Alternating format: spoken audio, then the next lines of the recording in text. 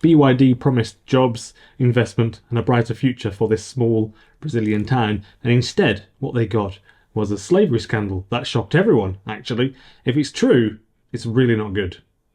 This is the story of Camcari in Brazil, and they were eagerly awaiting economic revival through a major investment, $1 billion from BYD, only to find itself entangled in a very big and modern slavery scandal. So this is just after Ford left the town as well, so they were hopeful for their town. It's only a small town, 300,000 people.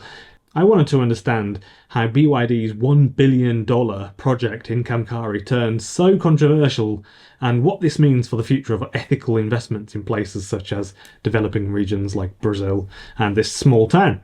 Hey folks, I'm Ben Alexander. Thank you very much for joining me. I really appreciate the time. The last video, I got lots of comments, really loads of comments, really fascinating comments, a few not so great ones. I'll reply to them all in the next day or so. The 150,000 vehicles per year plant in Brazil was seen as a kind of beacon of hope for the town because Ford recently left the area, which was a very big financial blow for Camcari. This new plant was the biggest plant from BYD outside of Asia when it was announced. The Financial Times said the $1 billion investment promised to transform the area into a kind of Brazilian Silicon Valley, creating approximately 20,000 job opportunities, and that kind of positions Brazil as a significant player in the global EV market. So that's what the Financial Times said, which is that's a big thing to say, isn't it?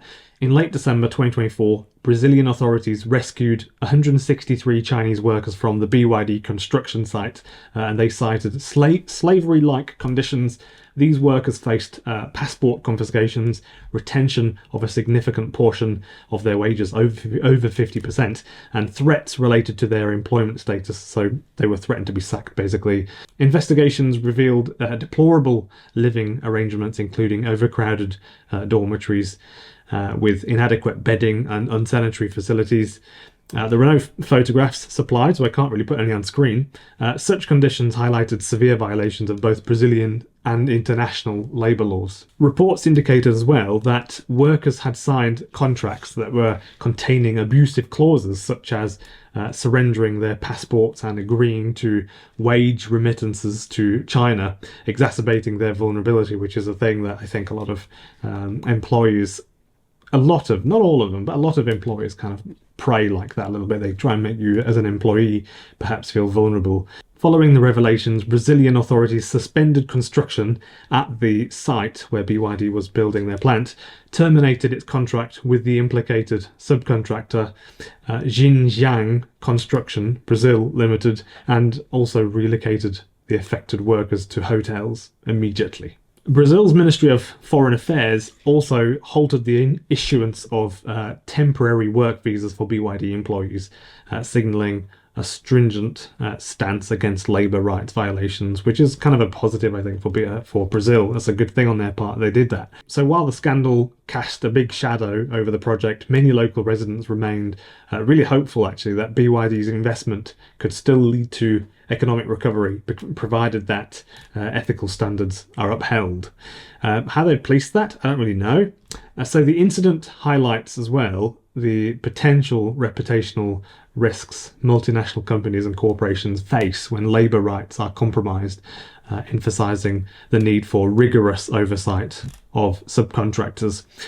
So while these allegations are serious, and Brazilian authorities have confirmed them, it remains to be seen how deeply BYD itself was involved or aware of the conditions and generally what was going on, and it remains to be seen really how much they may or may not admit to. It also highlights the critical role of local governments in enforcing local labour laws and protecting workers, ensuring that economic development does not come at the cost of human rights. And I think when concepts as fluid and globally inconsistent as human rights come into play, the lines between adherence and manipulation and outright violation become very easy to blur. This may just remind companies to adhere to a better standard of practice. Maybe, and that's the hope.